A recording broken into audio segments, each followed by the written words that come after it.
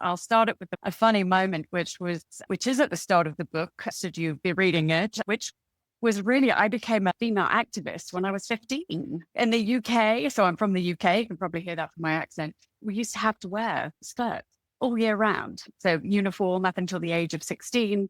And every winter, whether I was going to school in a foot of snow or if it was chucking it down with rain, we were frozen. We were absolutely frozen. My mum used to have me wear socks right above my knees, just at least to keep my legs warm.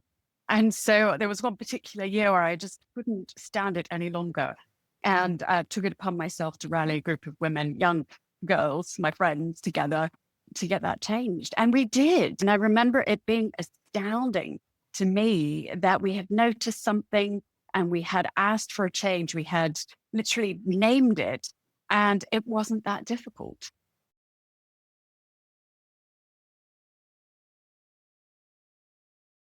It's just one of the exercises I did for myself when I decided I was going to write my book.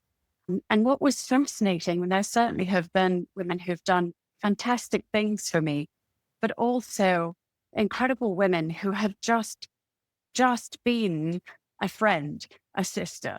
And this was what really got underneath why I've written this book, that we have some massive issues to face as women.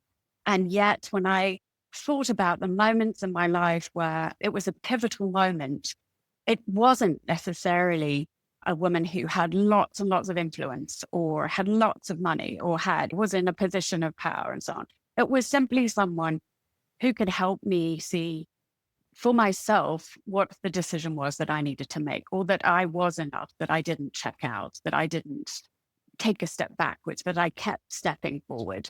I think Athena Katsaros, she was my first executive coach. She was the lady who really opened a new journey for me. I founded the Coaching Fellowship as a way for young women leaders in social impact to get access to this one-on-one leadership development and executive coaching. So started more than 7 years ago. We've been a 501c3 California nonprofit for about 5 years now.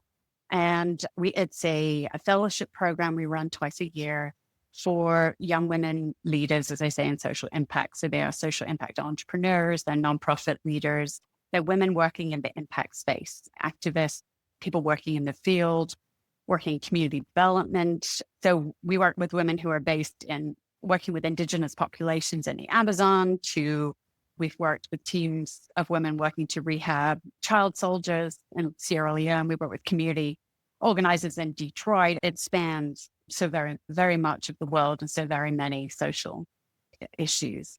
And so today, if we fast forward, we've put about 1,200 plus women through the program.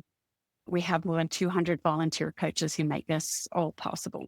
And it allows the individual to deeply work on her leadership, really unpacking the inside out game of who you are, what are your innate strengths, what might be holding you back so that you can push through and increase your impact in the world.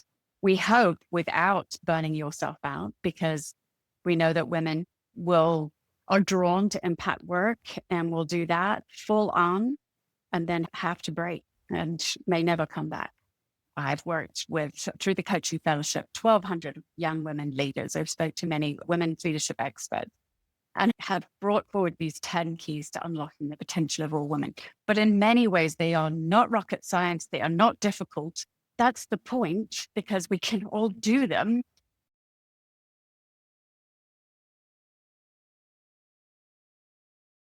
I do say on the back of the book, I say women are still struggling for access to capital, voice, opportunity, skills. And yet once unlocked, women are the key to realizing the true potential of our global society.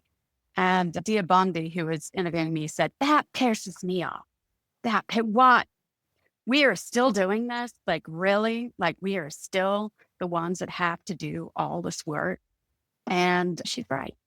She's absolutely right. Who else is going to do this for us? And I think the problems right now, and the reason why I wrote this book, is that things are heavy. We have a lot of things to do. And our problems can feel, not just women's issues, but our problems around the world just feel so insurmountable. And are we ever going to solve them? But what I know to be true, and this is why I wrote this book is that one person at a time, changing and helping one person at a time is within all of our power to do.